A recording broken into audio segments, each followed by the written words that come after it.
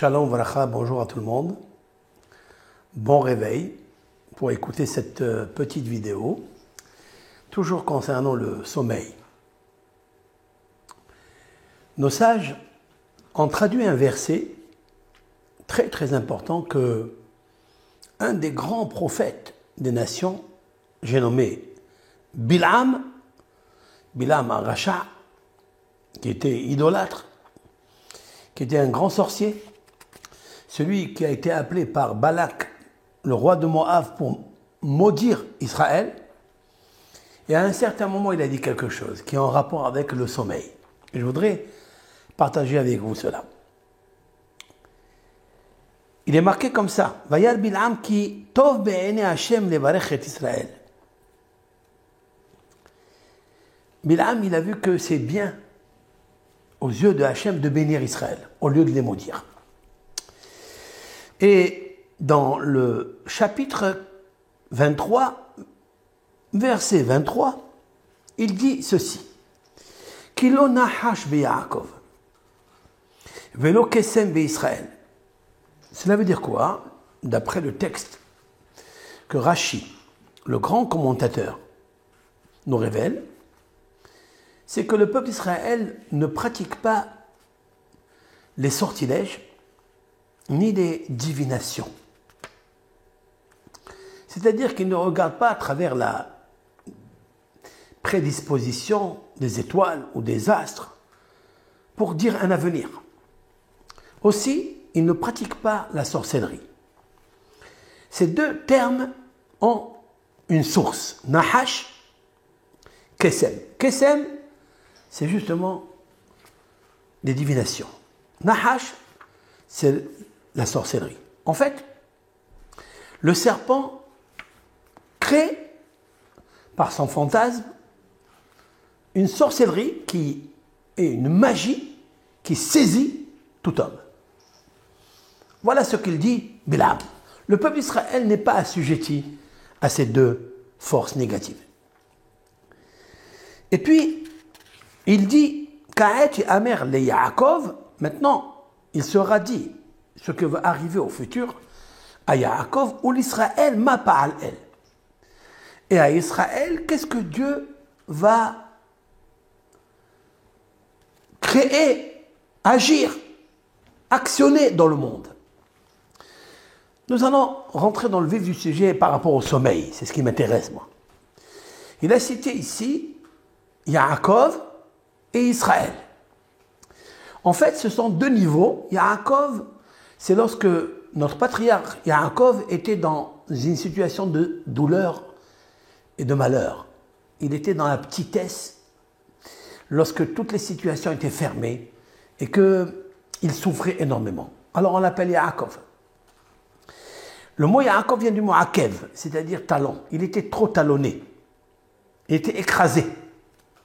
Israël, c'est un terme plus élogieux, c'est un terme qui désigne la suprématie de l'âme de Yaakov. Ainsi explique Rabbi Haim el-Attar dans ce soir, c'est la Iloula. Cependant, je voudrais dire avec l'aide de Hachem que par rapport au sommeil, il y a deux niveaux. Il y a le niveau du corps. Pour ma part, nous pouvons l'assimiler au nom de Yaakov. C'est-à-dire Akev talon. C'est-à-dire que lorsque le corps va se reposer pendant 8 heures ou 6 heures, eh bien, il est allongé, il est comme quelque chose qui est très bas, comme le talon qui est dans le corps le plus bas de la partie du corps. Il est maintenant assis ou allongé dans son lit et il ne bouge pas. Israël, c'est l'âme. C'est le niveau d'âme qui va monter vers l'éternel. Comme ça, on pourrait expliquer le verset. La suite, verset 24.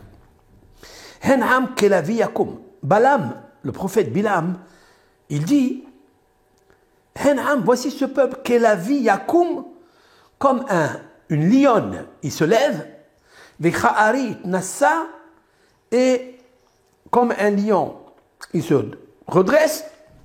Lo yishkav ad yochal teref, il ne dort pas jusqu'à ce qu'il mange sa proie. Vedam halali mishte, et le sang des cadavres y boit. Voilà ce que dit Balaam. C'est quoi l'explication? Est-ce que le peuple d'Israël, c'est des lionceaux? De quel sang s'agit-il? Il est interdit de boire du sang dans la Torah. Dans le judaïsme, il est interdit de boire du sang. Viennent nos sages et disent des choses merveilleuses concernant le sommeil et le réveil. Lorsque un Ben Israël va dormir, alors il ne dort pas jusqu'à ce qu'il mange teref, sa proie. De quoi s'agit-il? Il dit le Rav, Loishkav balayla, il ne dormira pas la nuit, al mitato sur son lit, al shu ochel mhabel kol mazik abal torfo. J'explique. Il ne dort pas jusqu'à ce qu'il s'assure de consumer, d'éliminer toute force négative qui vient le dévorer. Tiens. Et lorsqu'il se lève, il se lève comme un lion pour aller chercher, pratiquer les mitzvot de Kriyat Shema, c'est-à-dire la lecture du Shema le jour. Il va mettre les téphilines, il va mettre le talit, il va prier à l'Éternel. Après, il va aller faire son commerce, il revient, il mange, il étudie et il dort. Et lorsqu'il dort, il fera Kriyat Shema. Comme ça explique Rashi. Si je me maintiens à cela, je comprends que le Kriyat Shema du soir est très importante. Car la seule chose qui peut consumer, si l'on peut dire ainsi, les forces négatives qui viennent le dévorer comme une proie, c'est le Kriyat Shema. Maintenant, il nous faut savoir quelque chose. Que lorsqu'un homme dort, dit le Midrash ceci. Je suis dans le Midrash Bamidbar Rabbah. Je vais vous le lire parce qu'il est très intéressant. Il n'y a aucune force, dit le Midrash, je traduis simultanément. Il n'y a aucune force qui peut tenir à ce peuple. Personne ne peut rentrer dans leur mehitza, dans leur territoire. Lorsqu'ils étudient la Torah le jour et étudient la Torah la nuit, lorsqu'ils pratiquent les lois, les commandements divins, et lorsqu'ils se lèvent le matin comme des lions, en lisant Kriyat Shema, en faisant régner l'Éternel, ils deviennent comme des lions. Et après, ils vont faire leur commerce. S'il y a une force négative qui veut les attaquer, alors, avec le nom de Ehad, c'est-à-dire le Shema Israël, Hashem Elokeinu, Hashem Ehad, que l'Éternel est un, il est le seul, il n'y a pas au-dessus de lui, il n'y a pas une partie du monde qui n'est pas remplie de lui. C'est ça, en fait, la mitzvah du Shema. Nous devons nous concentrer avant de dormir, c'est de dire Hachem, tu es Ehad. Ça, c'est une grande teshuva que tous les soirs l'Éternel nous a donné de faire, car la journée, on est occupé à beaucoup de choses. Mais le soir, l'Éternel t'a fait un cadeau, que tu puisses te réunir avec lui et accepter son joug céleste, qu'il est le seul et unique, que les idolâtries sont interdites. Toutes sortes d'idolâtries. Le matérialisme est aussi une idolâtrie. Et donc, il dit qu'avec Ehad, le fait qu'ils disent l'Éternel, tu es un, il fait gouverner l'Éternel, il ne dort pas jusqu'à ce qu'il consume sa proie. Qu'est-ce que ça veut dire?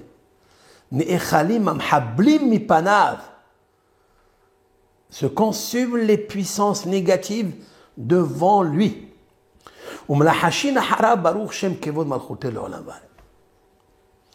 Et après, nous, le peuple d'Israël, on dit Baruch, source de bénédiction, que ta gloire remplit le monde. Et là, dès que les forces négatives écoutent cela, ouf, ils se sauvent. Donc il s'appuie sur le Kriyat Shema, la lecture du Shema le soir, il s'appuie sur celle du matin. Et alors, les gardiens du soir prennent son âme et la confient aux gardiens du jour. Et pendant toute la journée, il est protégé de toutes les forces négatives qui peuvent surgir et lui faire du mal. Et après, les gardiens du jour confient les âmes aux gardiens de la nuit. Donc on est tellement protégé seulement pour avoir dit Shema Israël Hashem Elokeinu Hashem. Même si l'on pratique seulement le premier verset et le deuxième, Baruch Shem Kevod Malchuto Le'olam Va'ed, cela amène une force à l'homme de protection. Maintenant, quand on parle des Mhablim, protection de quoi? Ce sont les mauvaises pensées, c'est-à-dire, Mehabel, ça veut dire Hevle Shena. Ce sont les contractions que l'on peut avoir comme une femme enceinte pendant le sommeil. La turbulence du sommeil. Des fois, l'homme il fait des cauchemars terribles pour éviter que ces cauchemars, parce que les cauchemars en fait c'est un déguisement de toutes ces forces négatives qui viennent l'embêter pour qu'il soit fatigué et que son âme ne puisse pas avoir le contact avec son père. Et ils veulent le fatiguer aussi pour la journée pour ne pas qu'il accepte sur lui le joug céleste que l'Éternel est un, Hashem Ehad Ushmo Ehad. Voilà le but, en fait, des Mehablim. Et puis, lorsqu'il vient à dormir, après avoir lu le schéma, il lira le verset Beyadecha Afkid Ruhi. C'est un verset qui se trouve dans le psaume 31, très très important. Et quand il se réveille, justement, l'Éternel, il le met entre les mains des gardiens. Alors, ça veut dire quoi, tous ces gardiens? Est-ce que ce sont des gardiens physiques, alors que tu ne les vois pas? Ils sont invisibles. En fait, dans chaque lettre de la Torah, il y a des puissances. Ce sont des forces électromagnétiques qui sont reliées avec le champ quantique électromagnétique. Lorsqu'une personne décide, avec sa conscience pleine, de recevoir le joug céleste le soir, et il dit Ehad, et il dit je confie mon âme à toi l'Éternel, toi qui es le Dieu de la vérité, sauve-moi. Il va augmenter une énergie. Lorsqu'il augmente cette énergie, il nous faut savoir là où il y a l'énergie, là où se trouve l'homme, là où se trouve le cerveau, et là où tu es sûr que tu es connecté avec l'Éternel. Et en même temps, tu vas interchanger les émotions, les sentiments, là où tu es la version vieille, comme je l'ai expliqué déjà, que Yashen, qui veut dire dormir, ça veut dire aussi Yashan, ça veut dire vieux, car nous avons beaucoup de souffrances qui dorment dans notre cœur, dans notre subconscient. Quelle est la force, la clé pour rentrer dans le subconscient, ouvrir la porte, parce qu'elle est fermée, cette porte-là. Très difficile de pénétrer. Tu n'as pas accès.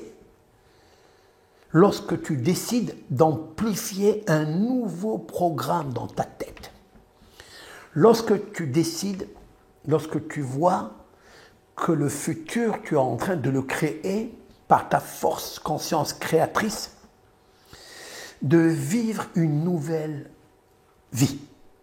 Et tous les soirs, grâce à ce Kriyat Shema, tu vas dormir, tu vas faire dormir toutes les anciennetés, tu vas laisser ton subconscient qui est calme et que il ne te projette pas, il ne t'alimente pas avec des idées noires de tristesse, de chagrin, d'apitoiement, de jalousie, de vengeance, comme on sait. Et on reste dans l'émotion et on vit la situation et les circonstances que nous avons vécues. Parce que dès qu'on se commence à se rappeler, comme si on vivait le moment, et ça crée des toxines qui montent au cerveau et qui font stopper la conscience. Le but, c'est de ne pas regarder la plaie qui se trouve, pas une, mais il y en a des milliers de plaies pleines de pus qui se trouvent dans le subconscient. Et donc, nous perdons la nouvelle version de nous-mêmes.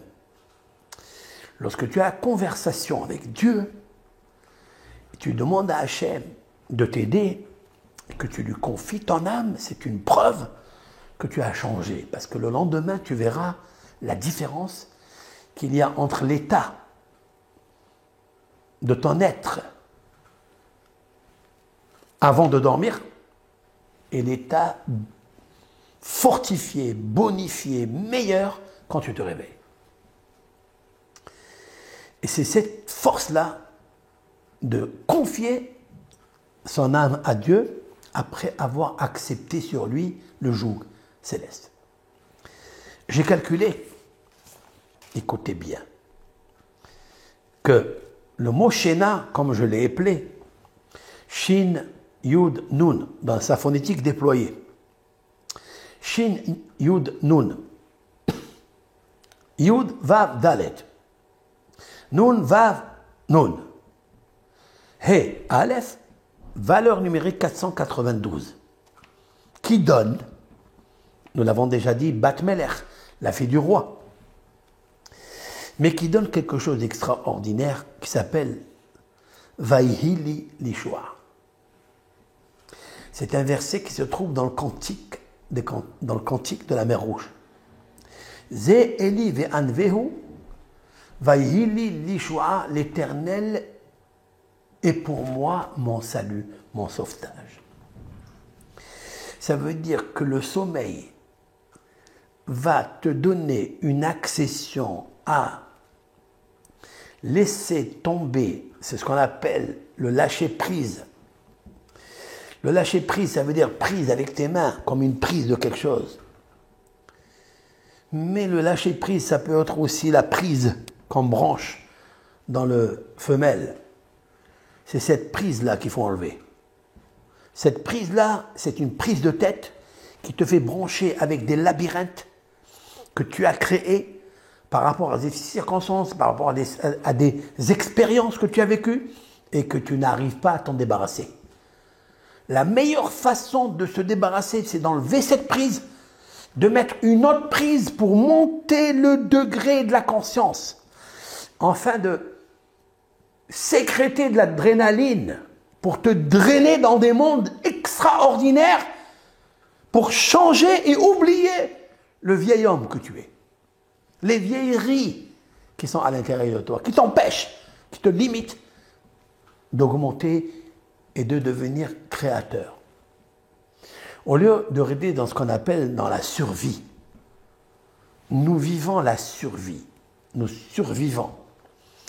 Mais soyons des vivants sûrs. C'est mieux d'avoir une vie sûre que la survie. Pour avoir une vie sûre, il faut être sûr et au-dessus de toutes ces imbécilités que l'on a gardées pour cause d'avoir été abusé, ou d'avoir été trompé, ou trahi, ou mal aimé. Ça, il faut l'oublier, ça. Je reviendrai à un autre cours très très intéressant qui sera pour moi le meilleur parmi tout ce que j'ai distribué ces temps-ci. Je reviendrai parce qu'il est très très urgent et vital. Donc c'est ça qui te donne l'accès. Lorsque tu acceptes sur toi le joug céleste, que l'Éternel est éteint et que tu confies ton âme à l'unicité de Dieu, et que lui, dans la nuit, il répare, il fortifie ta conscience qui est dans l'âme, que quand elle revient, c'est une autre personne que tu es. Hadash, nouveau.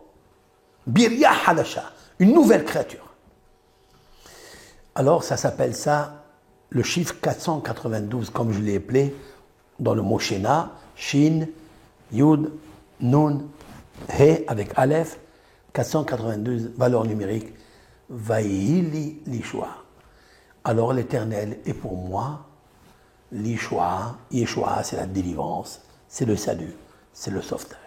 C'est ce que je vous souhaite à tous d'y arriver. Et pourquoi pas? On va finir par arriver, si Dieu veut, afin que nos esprits changent, que notre cœur change, et qu'on puisse employer l'énergie là où se place Dieu, parce qu'il est en toi, et vivre de nouvelles créations, de nouveaux projets, une nouvelle vie.